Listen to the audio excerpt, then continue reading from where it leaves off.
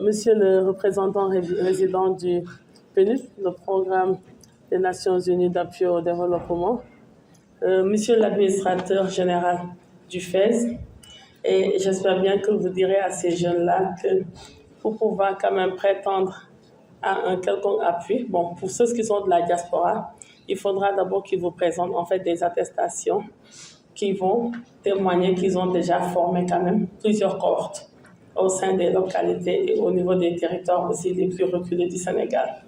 Monsieur le directeur général du service civique national, mon colonel, je ne sais pas si c'est vous qui êtes au garde à vous ou bien nous-mêmes, honorable député, vous aussi, jeunes gens, qui fait partie de ce pourcentage, les 75%, n'est-ce pas?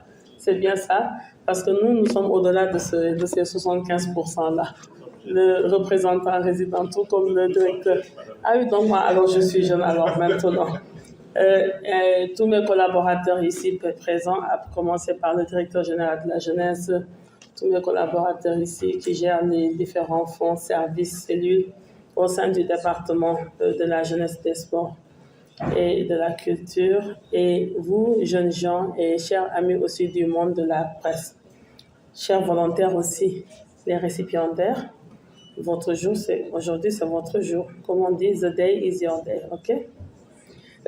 Chaque année, la communauté internationale célèbre la Journée internationale de la jeunesse le 12 août, aujourd'hui, et c'est une date quand même qui a coïncidé avec cette année un grand événement religieux, le Grand Magal de Touba, qui vient d'ailleurs d'être classé dans le patrimoine national immatériel culturel du Sénégal. Et ça, c'est pour un renseignement. En relation avec le PNUD, aujourd'hui, on a choisi le 11 août pour célébrer cette journée afin de témoigner à vous, jeunesse sénégalaise, la reconnaissance et l'engagement aux côtés des pouvoirs publics à travers différents efforts déployés au quotidien pour un Sénégal prospère, plus juste et plus équitable. Et le thème retenu cette année, les actions locales de la jeunesse pour les ODD et au-delà le leadership de la jeunesse sénégalaise dans l'économie sociale et solidaire à l'ère du digital. Cela illustre parfaitement la dynamique actuelle de notre jeunesse, une génération connectée, innovante, consciente des enjeux globaux, mais enracinée aussi dans ses réalités locales, même si quelquefois nous constatons que c'est une génération hyper connectée et quelquefois qu'il y a des difficultés aussi de sélectionner, comme on dit quelquefois, la bonne graine de livrer ou bien de sélectionner la bonne information. Et chers jeunes, aujourd'hui, les objectifs de développement durable constituent la feuille de route universelle pour un monde plus juste, plus équitable et plus durable.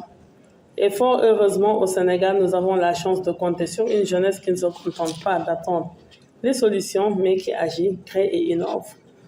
Et c'est votre cas. Qu'il s'agisse de projets communautaires de reboisement, de salubrité publique, d'activités sportives et culturelles, d'initiatives de valorisation des produits locaux, de coopératives agricoles dirigées par des jeunes femmes, ou encore de plateformes numériques promouvant l'artisanat, nos jeunes démontrent chaque jour que le développement doit partir du niveau local. Quant à l'économie sociale et solidaire, sous le sigle de ESS, elle constitue un levier stratégique d'une transformation structurelle de notre économie et à laquelle la jeunesse aujourd'hui doit se tourner davantage. Car celle-ci place l'humain au cœur de l'économie, favorise la création d'emplois durables et promeut l'inclusion sociale. Et d'ailleurs, dans ce domaine, le leadership de la jeunesse sénégalaise est remarquable, comme en attestent les nombreuses associations, des startups sociales et d'entreprises coopératives initiées par des jeunes pour répondre aux besoins réels de leur communauté. À l'ère du digital, où l'économie mondiale passe par le numérique, le secteur des sports, de la culture, au service de la jeunesse, n'a pas été épargné par ce besoin de passer au digital pour toucher le maximum de citoyens et faciliter l'organisation générale des services offerts dans ces domaines. Des structures comme les infrastructures socio-éducatives de jeunesse, les musées, les infrastructures sportives, les infrastructures culturelles aussi dans leur globalité, les salles de spectacle, mais aussi l'industrie de la musique, l'audiovisuel, le marché de l'art, doivent désormais s'adapter et être repensées leurs actions de marketing et de communication en incluant le digital. Et notre secteur, qui est le sport, la culture, au service de la jeunesse, moi je préfère l'appeler comme ça, fait face à plusieurs défis à relever pour la digitalisation des activités. Nous pouvons citer la collecte des données, la sécurité et la protection des données personnelles, la mise à niveau des agents et l'accès au réseau dans certaines zones enclavées. Certes, des avancées significatives sont notées dans ce domaine, à savoir les maisons de la jeunesse et de la citoyenneté, qui sont en train, dans leur conception actuelle, de relever le défi de la digitalisation. Chers jeunes, pour clôturer, sachez que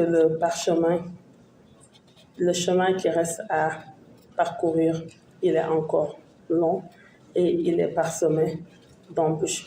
Mais nous espérons, nous tous, et avec le soutien des plus hautes autorités que vous avez d'ailleurs, et nous, autorités investies de missions de service public, nous espérons que vous continuerez à être à la hauteur et que vous continuerez à croire en Afrique, au Sénégal, à vos territoires, à vos communautés et à vos collectivités.